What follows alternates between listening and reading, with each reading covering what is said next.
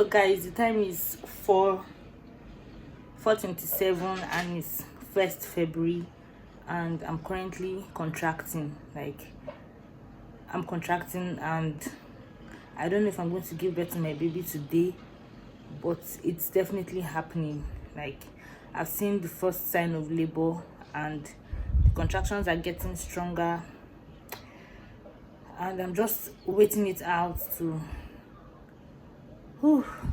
that one just hit me, to see how the whole thing plays. But yeah, this is the update. 1st February, 4:30. I'm feeling contractions since about 12 o'clock, and I've seen the first sign of labor, as I said, and I'm just going to try to vlog the whole process and maybe just show you guys bits here and there and keep you updated.